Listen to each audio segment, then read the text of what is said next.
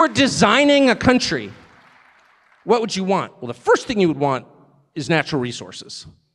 Okay? That's the most important thing. The most important thing, and this may be news here in Melbourne, is not banking. It's not.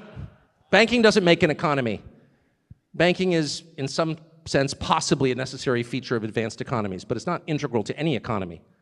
Loaning money at interest actually used to be considered disgusting. In fact, it was illegal. It still is illegal in some places. So the idea that we've made that like the apogee of human achievement, lending money, no, it's not. No, making things is the point of life. Making things is the point of life. And in order to make things, you need resources. And you have more resources than you could ever use. For the next 1,000 years, you're totally set. You need nothing. You've got more than enough land. There's nobody here. There's nobody here.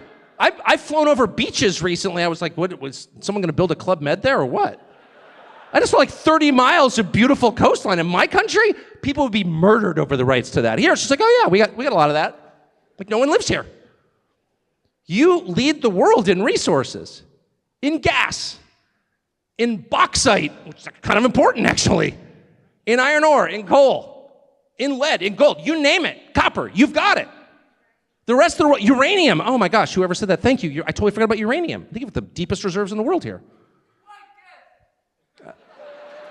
Did you say wanka? I don't think that's a natural resource, but maybe it is. I gotta look that up, actually. The point is, you don't need Great Britain. You don't need any other country. You could, honestly, kind of run the world.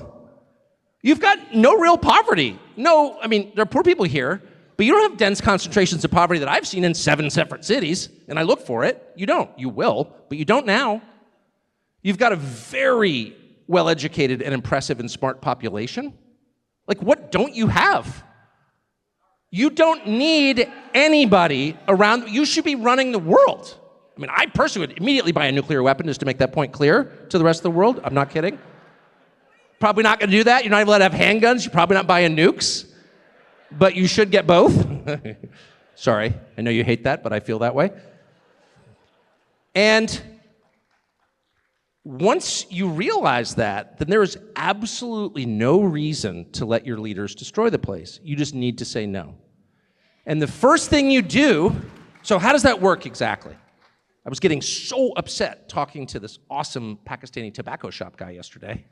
The poor guy, you know? It's like, anyway, it really bugged me. I had a long conversation with him about it that got so out of control that I can't repeat it here because we'll all be arrested. But he was on board. He's probably here tonight, by the way, if you're here.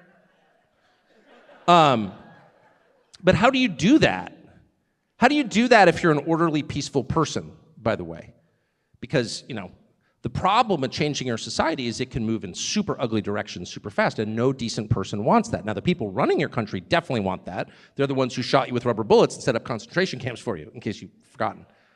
Wrecked the economy of Victoria and many other, right,